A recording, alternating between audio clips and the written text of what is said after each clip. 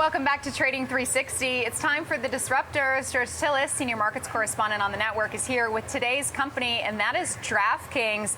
George, just taking a look at DraftKings shares, they're popping today, up about 5%, and Oppenheimer says they can go even higher. Tell us about that new price target and what's behind the call. Yeah, I mean, if you consider, sports betting and I betting when it comes down to either fantasy sports or essentially real-time betting, I mean, DraftKings is gaining market share. They got close to 30% of the total online sports betting market right now, and they've been growing, and they've been growing considerably, not just for the sake of growth. If you actually look at their business compared to last year, they grew about 85% year-over-year top-line sales, while at the same time, the average revenue per user is increasing by about 40%, while the number of unique active users is actually increasing by about 30%. So this is a company that's been growing considerably, not only in sales, but they're doing so to optimize profitability profile of the business, which is improving, and they're expecting to generate adjusted profits near the end of 2023 of about $150 million.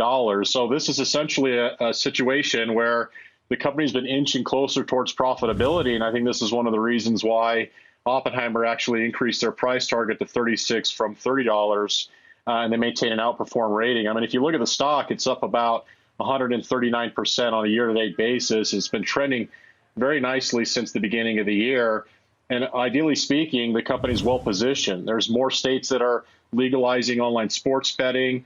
Their market share has been growing. The revenue's also been growing. They're expecting to grow revenues on a forward basis, about half of what they had last year, about 45%. But their EBITDA growth is really where the kicker is. And I think this is essentially a situation where the market maybe have mispriced the stock earlier this year, considering perhaps the company wasn't going to be profitable on an adjusted basis for this year. But they are expecting an adjusted profit, as I mentioned just a moment ago, in Q4. All right, so up 133% year to date, as you said, still a long ways off of that September 2021 level of 62.50. But Oppenheimer sees it going to 36, the median price target 30, so also higher than where it's currently trading. But given the year to date gains, walk us through your example trade for this one. So what we're going to do in this case, I mean, if you look at the trend since the beginning of the year, one of the things you want to do when you're looking for a trend trade or trend continuation trade is what does it look like relative to some either 10-period moving averages or 10-period exponential moving average or the 20-period simple moving average. And both of those are below the current price. So it's been trending above those two respective moving averages on a weekly basis since the beginning of the year. So what we can do is just assume or anticipate a trend continuation of the stock price to the upside. So what we can do to trade this is very simple and effective, is to go out to October with about 105 days to expiration and buy an in-the-money $22.50 call option, and that'll cost a trader about $5.50 a share. So what we want to see is just a slow and steady continuation of the trend. You have to keep in mind that the outlay is about $550 a contract, or again, as I mentioned, $5.50 a share.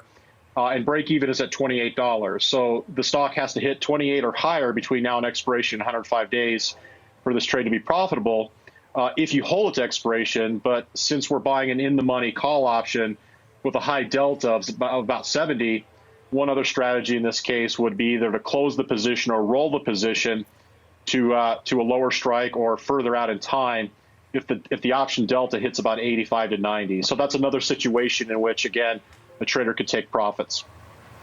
All right, well, it's inching closer to 28 today. Shares up 5%, trading around 26.50 at this point. George Tsilis, thanks so much. All right, Caroline, thank you.